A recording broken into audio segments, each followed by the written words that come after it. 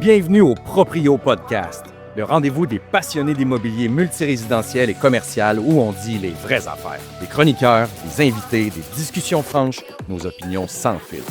Pour les investisseurs, développeurs, promoteurs et proprios engagés. Animé par Michael Faleski et Karine Mercier. Le Proprio Podcast où l'on parle immobilier.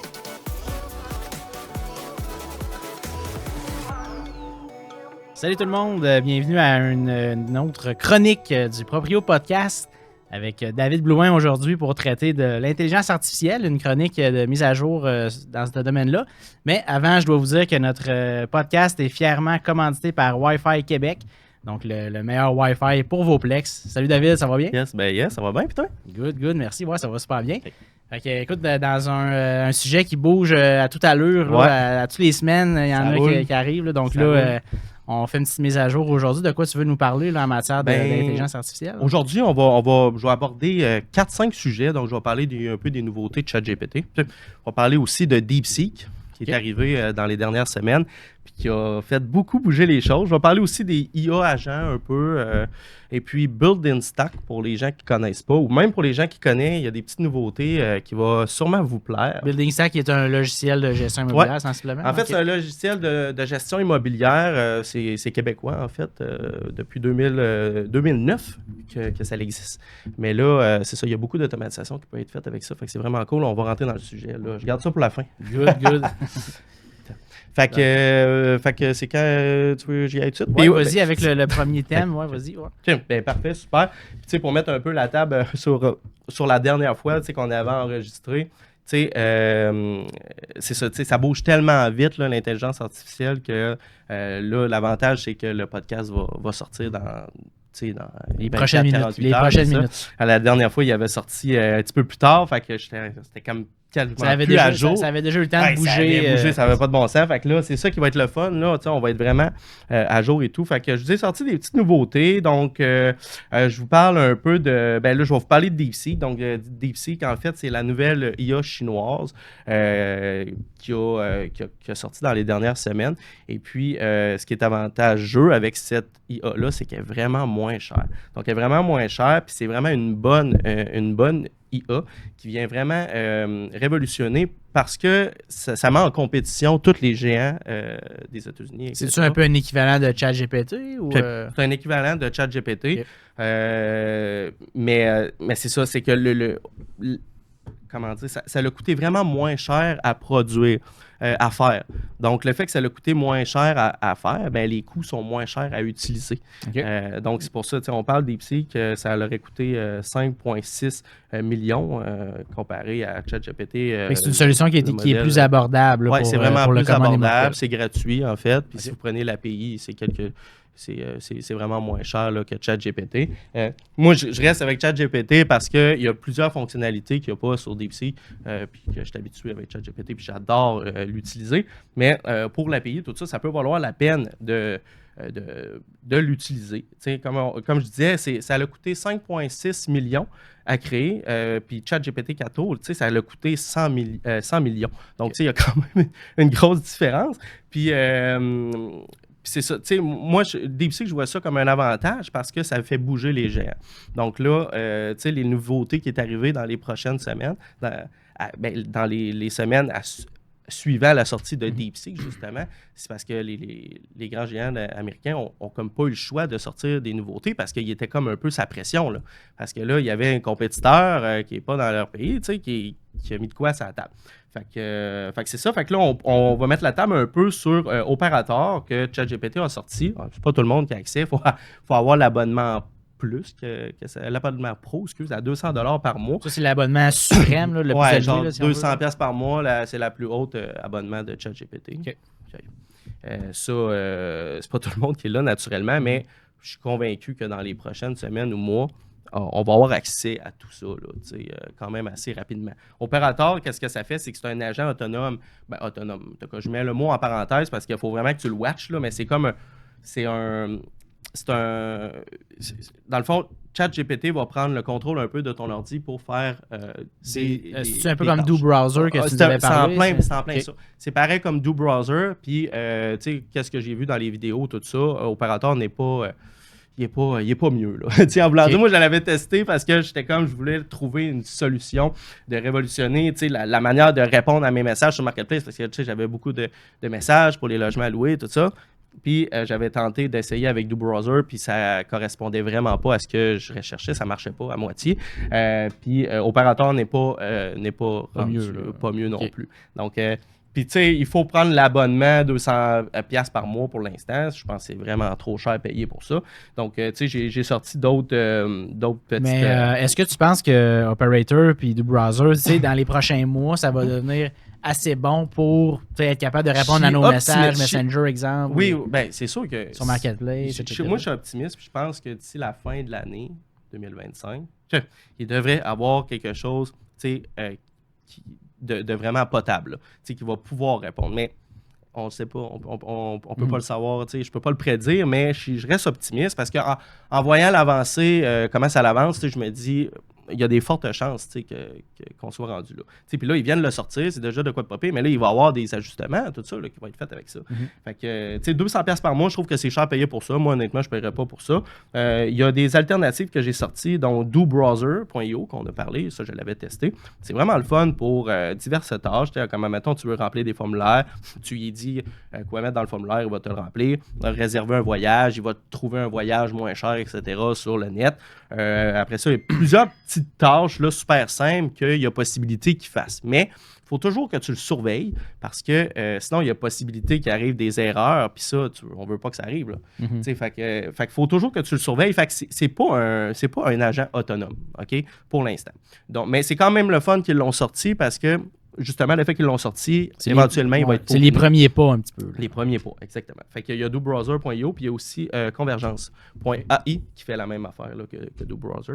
Donc, pour ça, c'est bien qu'il y a de la compétition aussi dans ce petit segment-là. Oui, ben, tu sais, dobrowser, ça vraiment... selon moi, ça a été le premier là, qui a sorti. Puis après ça, il y en a eu d'autres, convergence. Puis là, après ça, Google a mentionné aussi qu'elle allait sortir sa version, tout ça. Fait que, tu sais, moi, je suis quand même optimiste. Je me dis, d'ici la fin de l'année 2025, on devrait avoir de quoi de vraiment popper pour ça. Fait que, c'est ça. Ça reste à voir. Il y a aussi le Deep Research que OpenAI ont sorti. Encore là, il faut l'abonnement de 200$ par mois, mais je pense aussi également que dans les prochaines semaines, ça va être accessible. Et tout. Ce qui est le fun avec ça, c'est que c'est pour faire des recherches vraiment plus poussées. Okay? Donc, des études, des analyses, etc.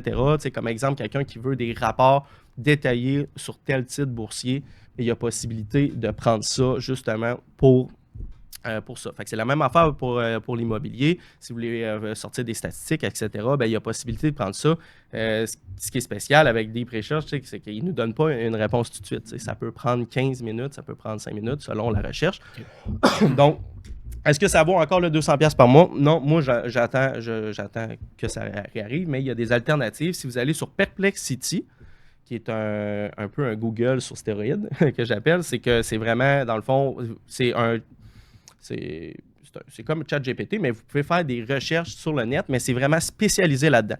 Donc, oui, sur ChatGPT, on peut faire des recherches sur Internet, mais Perplexity, c'est vraiment focusé juste là-dessus. Fait que les recherches sont vraiment plus poussées, c'est vraiment, la qualité est vraiment mieux, les sources, etc.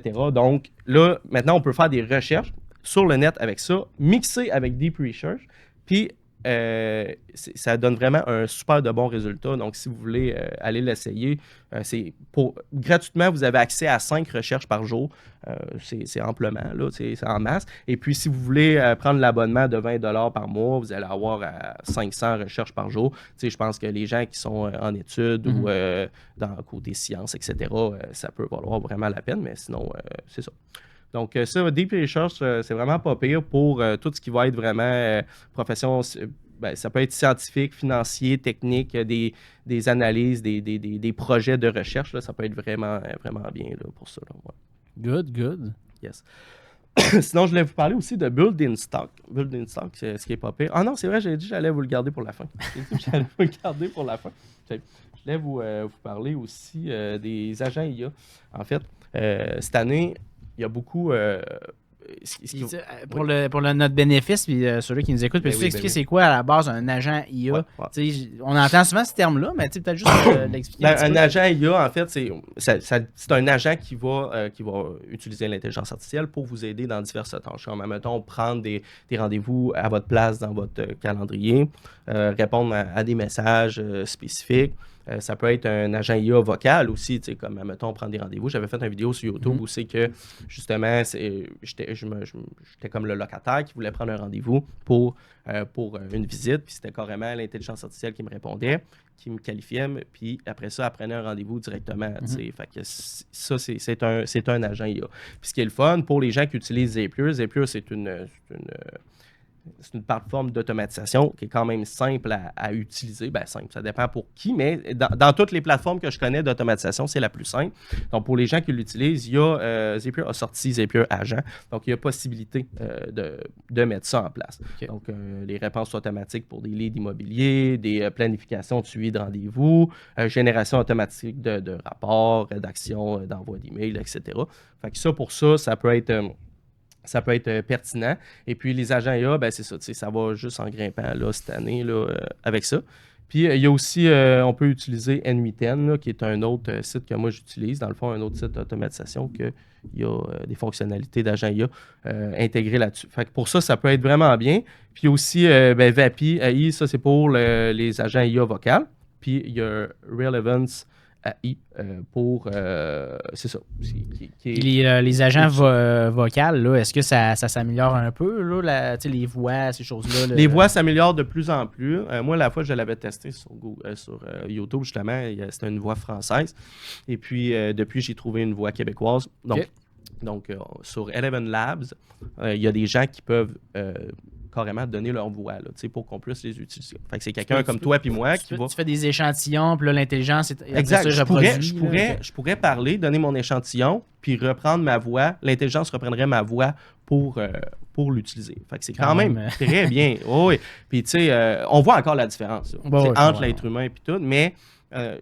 c'est vraiment plus fluide qu'avant. C'est pas notre Google Home. Là. Autrement dit, nous, on pourrait mettre sur pied un agent IA vocal qui répondrait, mettons, on pourrait dire, OK, toi, quand quelqu'un appelle pour un logement spécifiquement, tu as la base de données de tous nos logements qui sont disponibles avec toutes les caractéristiques, la localisation, bon, toute l'info est là. Fait que l'agent va être capable de répondre aux questions de la personne puis de séduire un rendez-vous. Ça, c'est déjà possible de le faire. Oui, c'est déjà possible de le faire. Ça demande beaucoup d'architecture.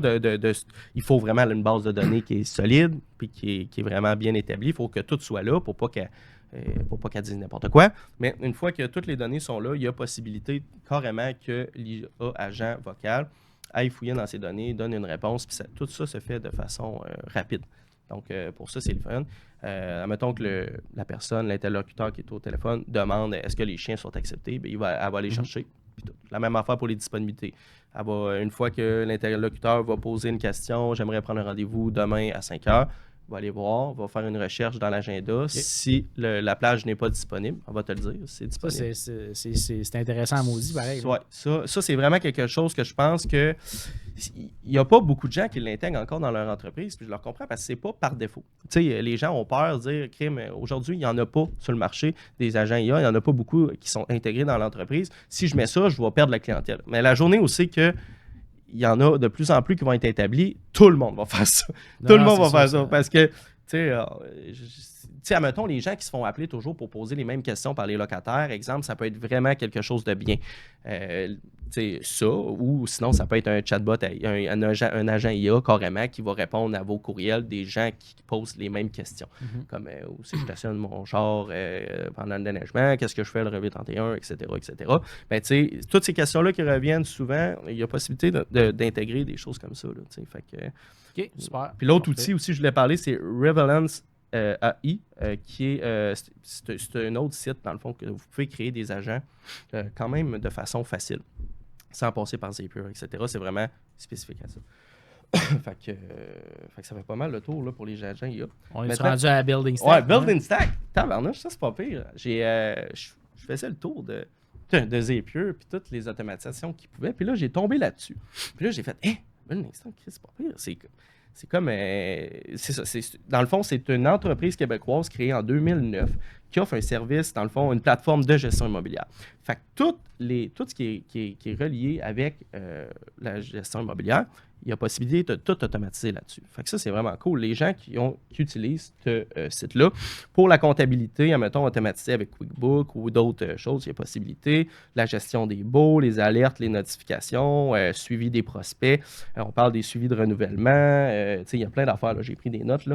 Mettons, enregistrement d'une demande, des demandes de location, etc. Tout peut se faire directement dans cette plateforme-là. Ça, je trouve ça cool. Là. Les statistiques de location, il y a possibilité de tout tracker ça, tout mettre ça à une place. Donc, je trouve ça vraiment cool que Building Stack fait ça. Puis, je mets la table là-dessus parce que je me dis, si d'autres joueurs, d'autres compagnies comme ça offrent la possibilité ou d'ouvrir leur API pour donner la possibilité d'automatiser, c'est à leur avantage, clairement. Là, parce que, tu sais, moi, j'ai un client qui m'arrive qui est avec Building Stack demain matin. Là, on a du fun en tabarnouche, là. Ouais, c'est on a du fun en tabarnouche. Là. Comme c'est quand on a d'autres entreprises où c'est qu'on est limité à cause qu'il n'y a pas d'API, etc., ben, ça reste que bon, il y a des tâches manuelles qu'on n'aura pas le choix de faire encore. Là, c'est ça. Ben, effectivement, comme tu dis, peut-être que ça va pousser les compétiteurs à. Parce que sinon, ultimement, des gens comme, mettons, nous, on va dire, ben écoute, la plateforme qu'on utilise n'ouvre pas les API, peut-être qu'on va se diriger vers un Building Stack. Là, exactement. Fait que, moi, quand j'ai vu ça, j'ai fait, c'est super cool. Puis j'en parle. C'est quoi, mettons, les principales automatisations que Building Stack nous permettrait de faire? Là? Mettons que demain matin, on décide de switcher pour cette plateforme-là. Ben, c'est ça, mettons la comptabilité. Fait que, mettons, à chaque fois que le loyer est payé, possibilité de communiquer avec votre système comptable. Après ça, la gestion des baux, ajouter automatiquement la nouvelle location dans des documents. Ça peut être ça. Après ça, des notifications. Donc, une fois que, je ne sais pas moi, vous avez un courriel de demande de réparation, etc., ben, que vous soyez notifié ou que d'autres étapes suivent avec ça. Tu sais, comme là, je l'ai vu sur Zapier, mais s'il est sur Zapier, ça veut dire qu'ils ont un API, qu'il y a des intégrations, puis on peut l'utiliser avec n'importe quelle plateforme là, pour automatiser. Là. Donc, c'est ça qui est vraiment. Vu qu'ils ont débloqué les API, on peut faire maintenant un peu qu'est-ce qu'on veut avec ça. On peut faire un peu qu'est-ce qu'on veut, exactement. Puis, tu sais, eux autres, quand ils débloquent de quoi, c'est pour qu'on l'utilise justement pour nous faire sauver du temps. Fait qu'ils débloquent des choses. Comme là, j'ai sorti quelques exemples, mais c'est sûr qu'il y en a plus. Là.